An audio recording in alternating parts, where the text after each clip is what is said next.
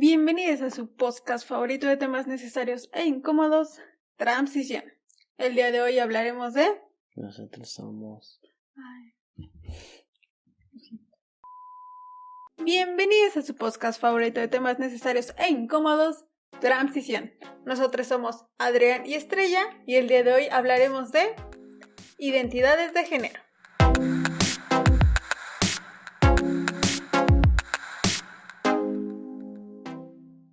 ¿Qué es una identidad de género? Una identidad de género, como lo platicamos en otros episodios, es este concepto de cómo nos autopercibimos, cómo nos vivimos y cómo nos identificamos. Este puede ser igual al que nos asignaron cuando nacimos o distinto. Cuando es igual al que nos asignaron cuando nacimos, se habla de ser una persona cisgénero. Contrario al ser trans, que el ser trans es esto que atraviesa, es decir, que es distinto a cómo nos asignaron cuando nacimos. Ahora sí, ya sabiendo esto, ¿se acuerdan del acrónimo que hemos estado hablando constantemente? Ya tocó en un episodio anterior que habláramos de las orientaciones sexuales, es decir, lo LGB y ya de ahí A y demás. Ahora nos vamos a enfocar, por ejemplo, en las 3 T's. Nos vamos a enfocar en la Q y de ahí otras letras que quizá no aparecen en la parte resumida del acrónimo. Entonces, ¿cuál es la diferencia entre las 3 T's?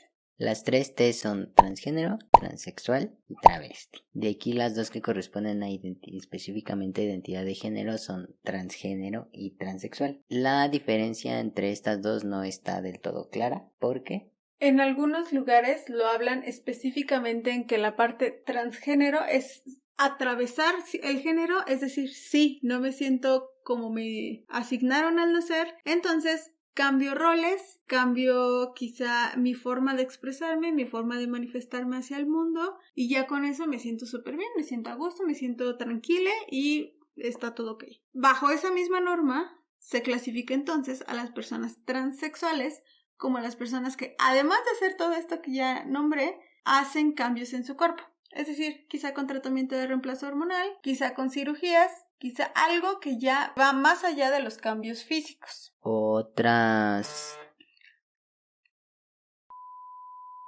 definiciones toman a lo transexual como que en esta persona no coinciden su identidad de género y su sexo asignado al nacer y que puede hacer cambios en su cuerpo, puede someterse a tratamientos de reemplazo hormonal, a cirugías, pero le tiene que afectar la parte de sus órganos sexuales para considerarse transexual. Estas definiciones la verdad es que quizá tienen un rato, no están del todo actualizadas. En la bibliografía más reciente lo que se hace es englobar todo esto en una palabra, trans. ¿Por qué? Porque hay personas que, aunque ya hayan hecho cambios físicos, se consideran transgénero. Hay otras que al revés. Hay otros países en donde la palabra travesti también es como una identidad de género. Travesti es aquella persona que se viste de forma que estereotípicamente está asignado al otro sexo y género distinto al que se le asignó al nacer. Hay personas en las que simplemente lo hacen por cuestiones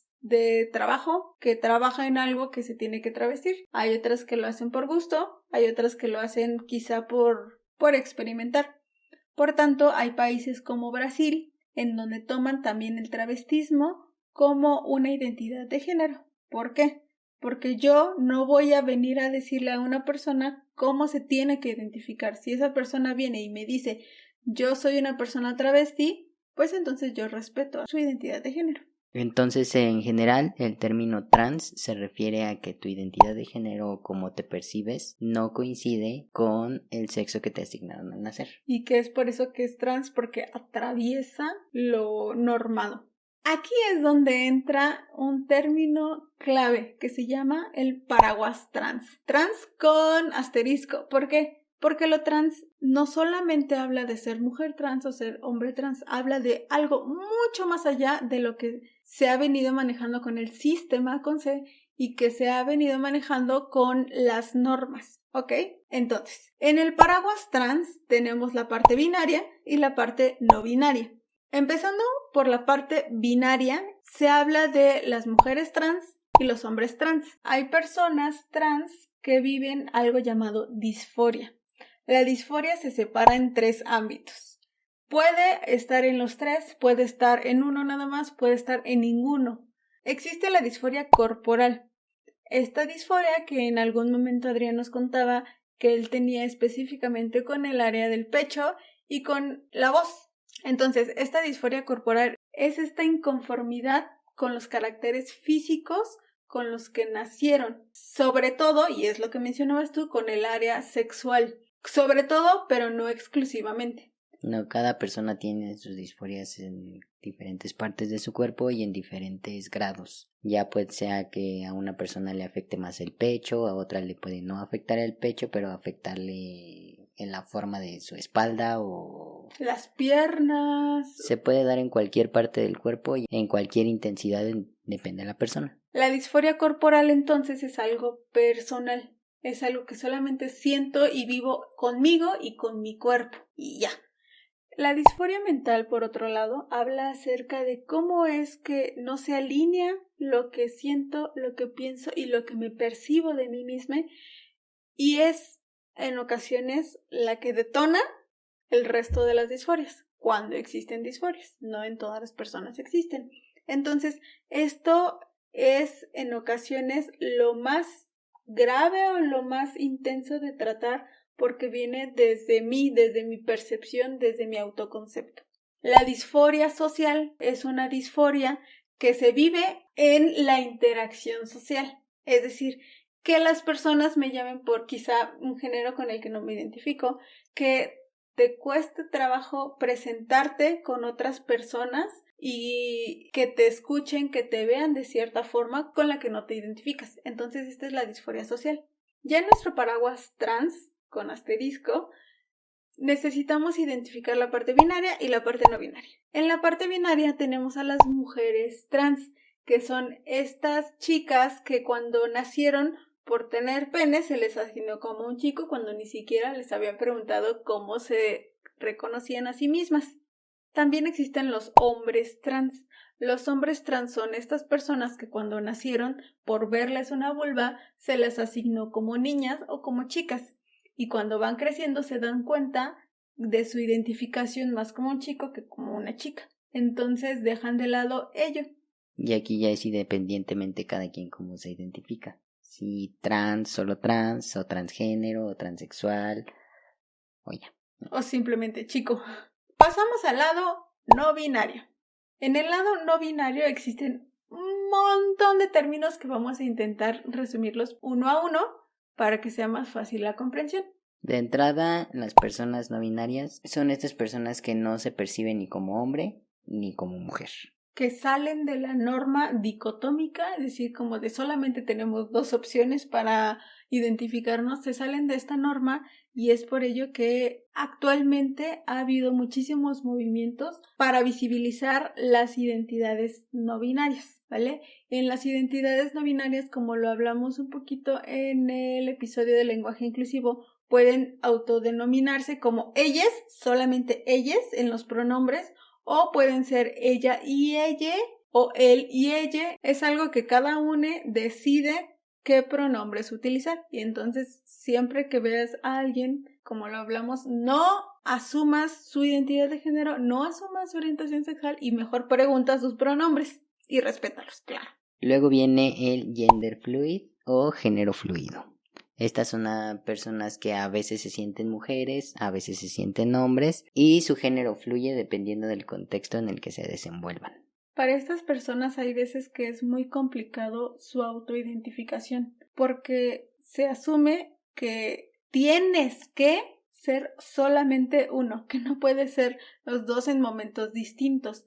Entonces vienen muchísimos prejuicios y estereotipos como de que no se han decidido, como lo que pasó en su momento con las personas pansexuales o con las personas bisexuales, que ahorita hablaremos un poquito de algo similar, pero es importante nombrarles cómo se identifican. Incluso hasta a esas personas luego les cuesta trabajo identificarse porque dicen, es que creo que soy trans. Después dicen, no, es que sí me gusta siempre el género que se me asignó. Entonces les cuesta trabajo llegar al concepto de género fluido porque básicamente no saben que existe y no saben que se puede vivir de esa manera. También tenemos como identidad de género la identidad bigénero. La identidad bigénero, así como la no binaria que habla acerca de que no hay binarismo, esta habla de que sí hay binarismo y soy ambos al mismo tiempo. Entonces, esta suele ser un poquito también contextual, pero se identifican con las dos al mismo tiempo, con la diferencia de la gender fluid, que es como solo me identifico con esta, a veces con esta, otras veces, pero esta es las dos al mismo tiempo. Luego vienen las personas a género, que independientemente del cuerpo con el que hayan nacido, no se identifican ni como mujer ni como hombre, y más bien se consideran como un género nulo. ¿Se acuerdan que en el episodio de orientaciones sexuales hablamos de la asexualidad y que se asumía que todas las personas se viven del lado alosexual y sin embargo vimos que no todas? Entonces así es lo mismo. Aquí las personas a género van en contra de todo lo que se ha establecido hasta el momento acerca del género. Y entonces son personas que, como decías, no me siento, y no solamente ni mujer ni hombre, sino ni femenino ni masculino. Así. Entonces, ¿cuál es la diferencia entre no binario y a género? ¿Por qué me metes en estos problemas? Es un poquito complicado porque si lo vemos desde las definiciones quizá parezca que son similares, pero en realidad es que no. El no binario sabe que existen dos géneros y los rechaza los dos géneros. Rechaza que solo haya dos opciones para escoger. Ajá, rechaza que solamente haya una dicotomización que es o femenino o masculino o mujer o hombre. Y en cambio el agénero rechaza todo lo que tenga que ver con género, no solamente el que haya dos opciones, sino rechaza que haya siquiera opciones para identificarte, ¿sí? Ok. Ahora, vamos con el término de pangénero. ¿Se acuerdan que en orientaciones sexuales hablamos de pansexual? Es decir, esta orientación que va dirigida a todas las personas independientemente de su identidad de género, independientemente de cómo se autoperciban. El pangénero va a vivir su identidad de género desde todos lados. Es decir, pueden ser hombres y mujeres y también pueden ser no binarias y también pueden ser, pueden serlo todo. Las personas pangénero sienten y se viven y se reconocen con diferentes identidades. La diferencia del gender fluid o género fluido y del pangénero es que el gender fluid es como a veces me siento uno, a veces me siento otro, a veces ambos, y el pangénero más bien todas conviven en una misma persona, es decir, yo soy en ese momento chica y soy chico y también soy no binario, yo soy todas en este momento y todas se expresan al mismo tiempo. Luego vienen los demichicos o demichicas, que son personas que se identifican con un género, pero no al 100%. Exacto, son estas personas que sí me identifico como chica, pero no totalmente, como que en un porcentaje distinto al 100%, es como es la diferencia de personas cis y de personas trans binarias, es decir, un chico trans se identifica 100% como chico y una chica trans se identifica 100% como chica. Las personas demi son personas que, sí me siento identificada como chica, pero no totalmente, como que hay algo en mí que hace que no cheque. Además de todas estas, tenemos el gender queer. ¿Por qué? Porque lo queer atraviesa todo. Atraviesa desde identidad de género, atraviesa orientación sexual y atraviesa expresión de género. Entonces, la persona gender queer se identifica como persona. Es decir, no me identifico ni como hombre, ni como mujer, ni como persona no binaria, me identifico como persona y punto. Yo no soy mujer, yo no soy hombre, yo soy persona. Entonces se le llama de esta forma. Ahora, existe otro término, que este término es mexicano y que no puede acoplarse a ninguna otra identidad, sobre todo anglosajona. Esta es la identidad de ser mushe. Las personas mushes son estas personas que nacen en el istmo de Tehuantepec y que cuando nacieron se les asignó como hombre y mientras va creciendo se le cría y va asumiendo roles estereotípicamente femeninos, tanto en el ámbito social como en el ámbito sexual e inclusive el personal. Este término es zapoteca, entonces es importante que no lo comparemos con que estas personas son trans porque no son trans, son mushes. No se puede medir con la misma vara o con la misma regla a personas que se salen de esto. Tan se sale que está igualmente avalado en la parte legal. Es decir, mi identificación puede decir, en el Istmo de Tehuantepec puede decir que soy una persona mujer, hombre o mushe. Ya saben, para esas personas que te piden tu identificación para llamarte como te dicen ahí. Un ejemplo de una persona mushe que seguramente conocen es Lady Tacos de Canasta. Ella se identifica como mushe y entonces así se vive. En cuanto a los pronombres de las personas mushes, se habla de que pueden ser la mushe, el mushe o ella mushe, es decir, pueden ser los tres pronombres, pero más bien esto es específicamente a la persona con la que estén hablando. Con la persona con la que estén hablando les preguntan sus pronombres y los respetan. Así como hablamos de estas identidades no binarias en el paraguas trans, existen muchas más. Entonces, siéntanse con la libertad de escribirnos para complementar si algo no quedó claro o si algo nos faltó de mencionar. No sé si en algún momento se han preguntado cómo es la orientación sexual o cómo se define la orientación sexual en personas no binarias. Porque si son no binarias, entonces, ¿cómo es que aman a otra persona? ¿Saben? Si una persona no binaria se enamora o gusta de una mujer, ¿cómo se le llama? ¿Se acuerdan que en el episodio de Clase Cero hablamos que en la versión más reciente de la galleta de jengibre habla no solamente de ser homosexual o heterosexual o bisexual, sino esta atracción hacia las feminidades, hacia las mujeres o hacia las masculinidades y hacia los hombres? Entonces, en eso es en la forma en la que más podemos identificar sobre todo a las personas no binarias su orientación sexual. Resistencia no binaria es un grupo formado justo por personas no binarias, entonces hizo un diagrama espectacular. Si una persona no binaria tiene atracción sexual romántica hacia las mujeres y las feminidades, se les puede llamar ginesexual o ginecosexual. Si es una atracción sexual, gineromántique o ginecoromántique, si es una atracción romántica, o feminamórique, que va más referido a la parte de la atracción hacia las feminidades. Ahora, una persona no binaria que tiene atracción hacia los hombres o hacia las masculinidades, se habla acerca de androsexual, si la atracción es sexual, androromántique, si la atracción es romántica, o biramórique, si la atracción es en general hacia las masculinidades. Ahora, si una persona no binaria siente atracción hacia otras personas no binarias, entonces se le llama heterosexual, si esta atracción es sexual, o heteroromántique, si esta atracción es romántica. Porque como lo platicamos, hay tanto atracción sexual, atracción romántica, y no solamente se puede enfocar en una sola palabra. Y de ahí, ellas pueden ser bisexuales o birrománticas, polisexuales o polirrománticas, o pansexuales o panrománticas. Puede haber miles de identidades en el mundo, pero solo hay una forma de vivirte en plenitud, la tuya. Es importante hablar de la ley de identidad de género desde la infancia. ¿Por qué? Porque se asume erróneamente que cuando cumples 18 años ya sabes quién eres, ya sabes qué quieres, ya sabes qué quieres estudiar, ya sabes hasta qué te vas a comprar, cuando la verdad es que no es así. Hay personas que doblan los 18 años y no tienen ni la menor idea de qué quieren hacer de su vida, y hay personas que a la mitad de esa edad, o sea, menos de 18 años, ya saben quiénes son, ya saben cómo se identifican. Entonces, se tiene este estereotipo de que las niñas no saben qué es lo que quieren.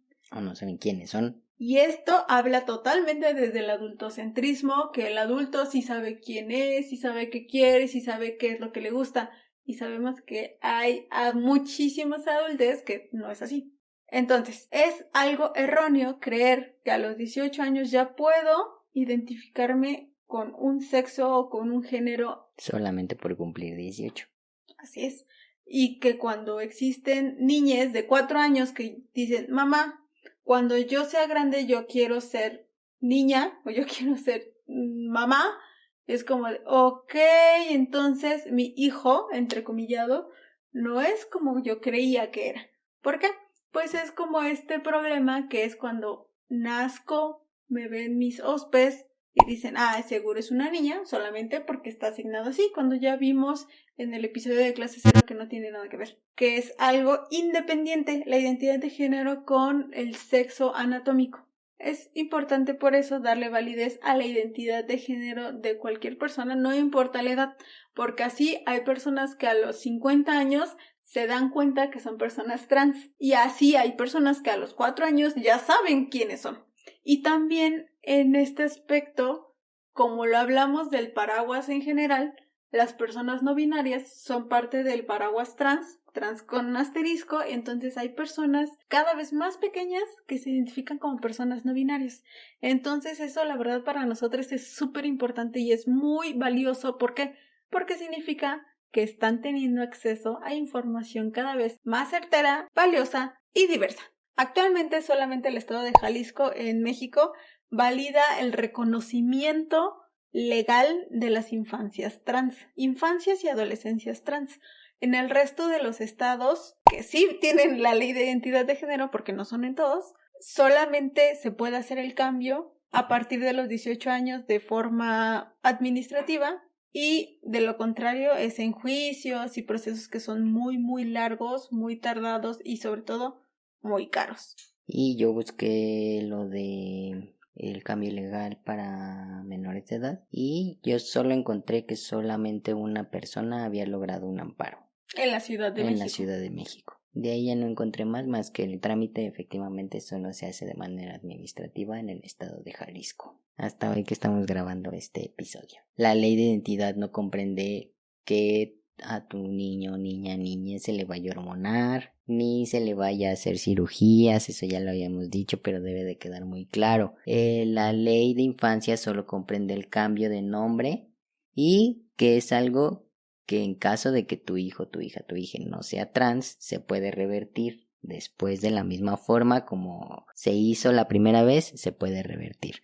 Entonces solo es para que le ayudes a tu niña a desenvolverse en escuela, en lugares donde haga deporte, etcétera, para que se le trate y se le identifique en esos lugares con el nombre que quiere ser identificado. Identificada, identificade. Y los pronombres con los que pide que se le llame. Entonces, desechemos todas estas ideas erróneas que hablan acerca de que una ley de infancias trans trata acerca de hormonar a infancias, trata acerca de hacer cambios irreversibles en sus vidas, porque esto no es así. Estos son mitos, es información falsa para evitar que estas leyes sigan llevándose a cabo, ¿ok? Entonces, en el estado en donde tú te encuentres, es importante que alces la voz para que más niñas, adolescentes e inclusive adultos puedan tener acceso al derecho de validarles su identidad de género tal como se viven. Recuerden seguirnos en Instagram, Facebook y Twitter como Transición. Recuerden picarle a todos los botones que se encuentren. Si solo nos escuchan en alguna plataforma de podcast, denle seguir al podcast. Y si nos ven en YouTube, denle like, suscribir y píquenle a la campanita para que les avise cada que subimos un nuevo episodio. Además de no olvidar compartir si les gustó este contenido, si consideran que alguien necesita saber esto y para que más personas nos conozcan. Gracias. Vívete, ámate, disfrútate y conócete, para que así estemos rodeadas de personas en su plenitud. Nos escuchamos a la próxima. Chao. Bye.